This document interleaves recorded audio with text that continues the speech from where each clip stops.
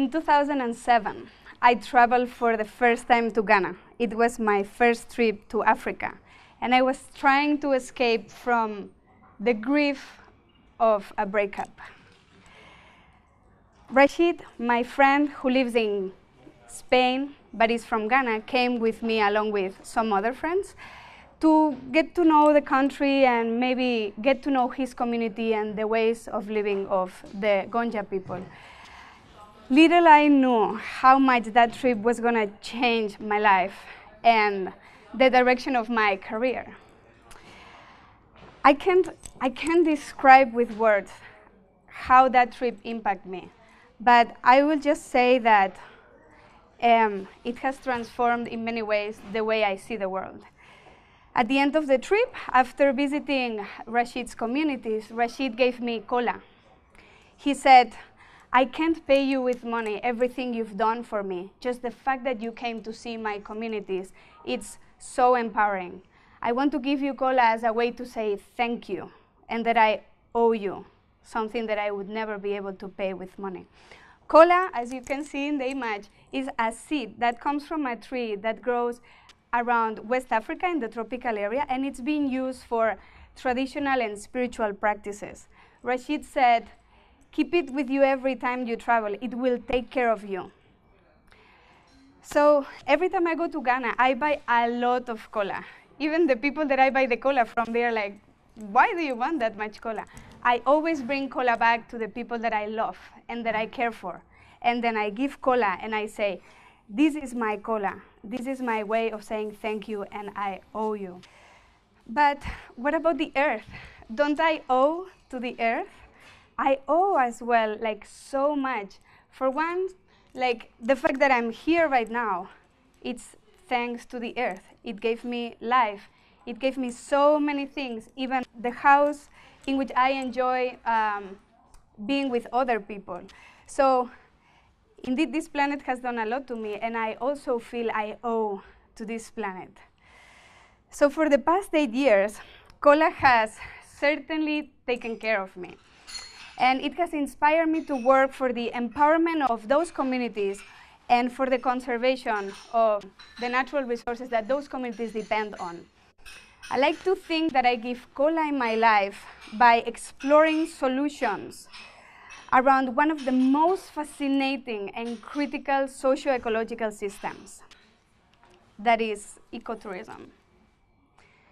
Do you consider yourselves to be ecotourists? No? Nobody has ever experienced going to nature and learning from it? Okay. You're all ecotourists in so many different ways, and we don't even realize. But what is ecotourism? Like, let's do a little exercise. Throw at me words that come to mind when you think about ecotourism. Nature. Business. Forest. Environmental education. Livelihood. I'm missing one word. People. Sustainability.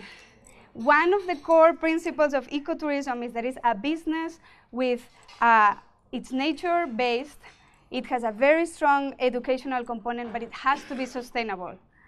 So this is a concept that appeared in the 1960s, but actually we've all been ecotourists for many, many years. But in order to explain why it's so critical, the study of ecotourism, I'm going to show you some maps, and you're going to help me guess what those maps are about. That way I'll be able to explain why it's so important that we look at that. So this is a map of the world, and just guess, what do you think this map represents? Temperature. Biodiversity. Good. Biodiversity. This is a map that represents the vertebrate biodiversity that exists in the world. The darker the color, the more biodiversity. It concentrates in the tropics. A very interesting thing is to see how that biodiversity coincides with other socio-demographics or environmental demographics existing in the planet.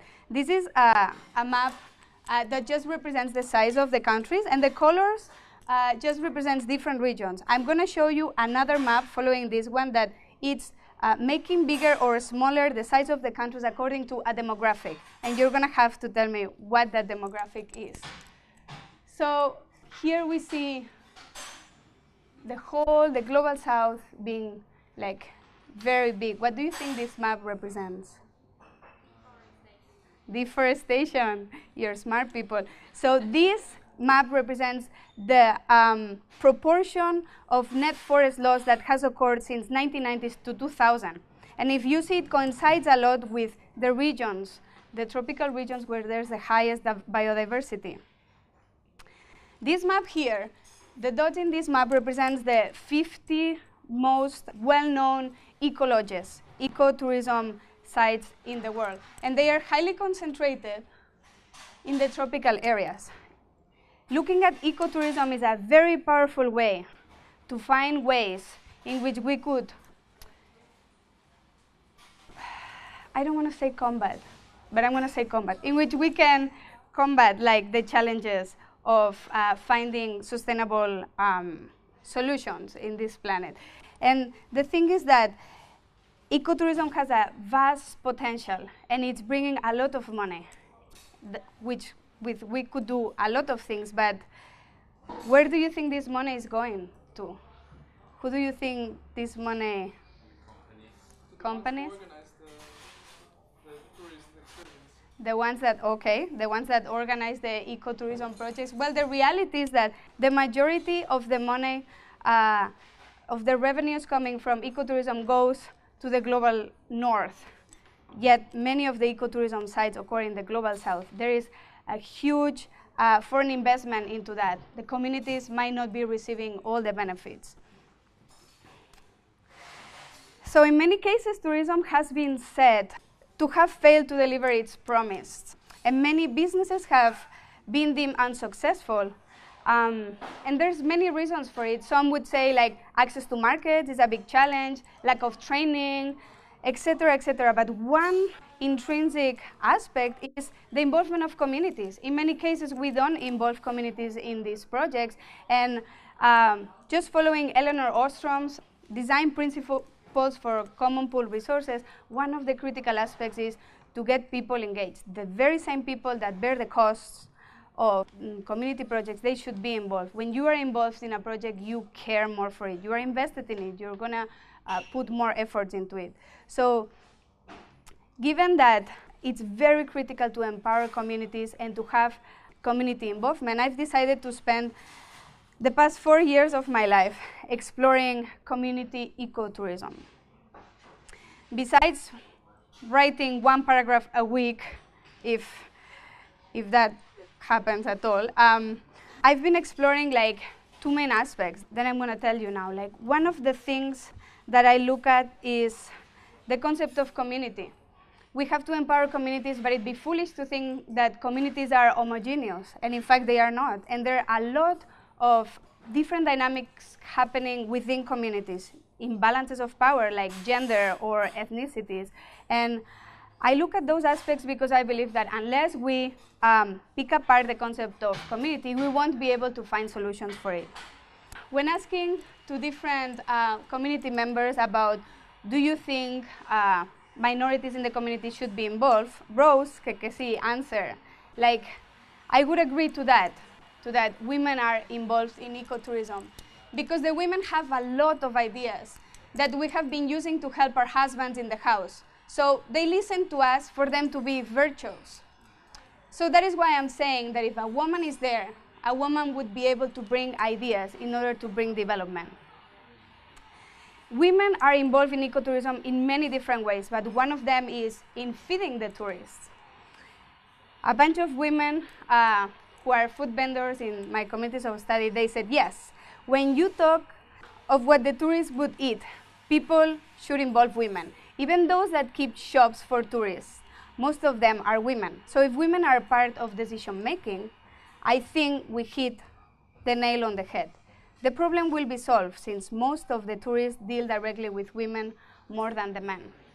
Aside from those socio-cultural differences that occur in communities, another issue that I have carefully looked at and questioned a lot is Why is it that in communities there's some people that are usually better off than others? What makes them be in a better position? That's when I came across to the concept of social networks and social capital.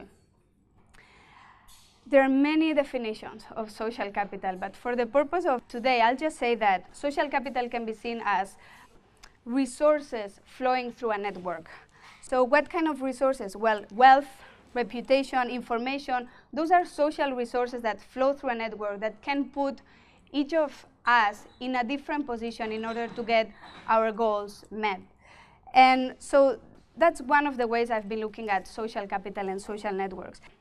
They began studying this issue more in the context of the Western world, but slowly we've been seeing more and more research done in the development world.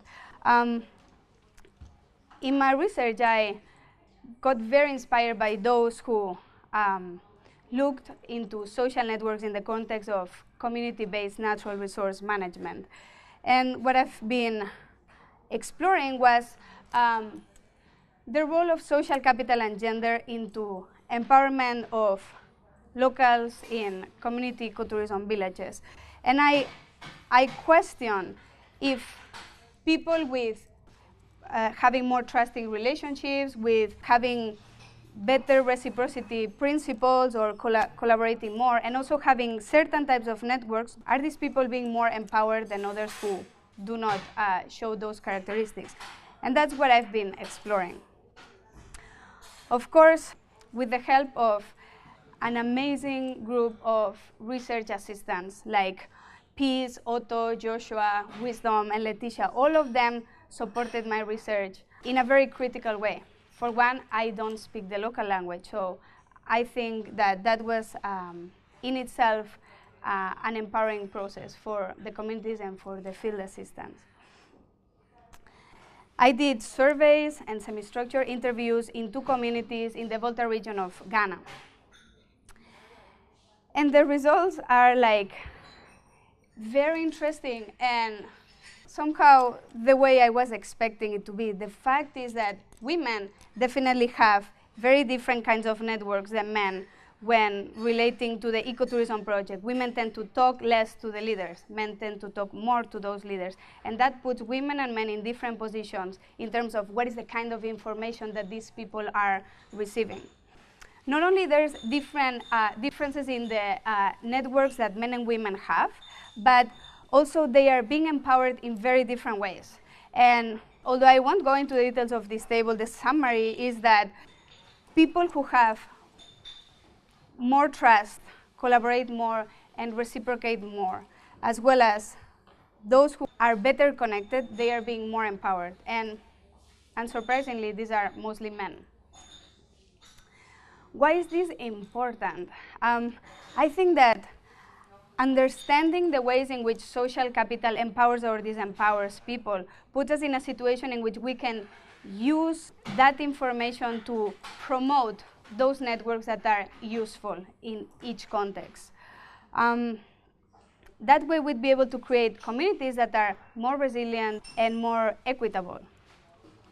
And this is an idea that I'd like to pose you, is that let's engage with these communities and facilitate discussions around networks and gender equity. Let's discuss with them. Let's not only do the research and publish it on a paper, but let's go there and show them this is a way that we could look at that. Let's discuss. What do you think about it? And what is brilliant is that some people have thought of ways in which we could engage in that way. And Eva Schiffer developed what is called the Net Mapping Toolbox, which is a powerful method to map influential networks in a community. And the toolbox is as simple as paper, pens, and then little pieces of wood with which you can draw a network of the main actors, and then using these towers, define which are the most influential actors. So the higher the tower, the more influential. The lower the tower, the less influential. Can we visualize that and start a discussion with different communities and see what are the different points of view from men and women, from natives and non-natives? I think that that is a very powerful tool, and that by making those networks visible and those gender inequalities, we might be able to catch the fire of giving and receiving cola more broadly, not only to us, but to the earth. So this presentation was my cola to you, and I want to thank you for your attention. As my communities would say, obitiwi popopo. Thank you.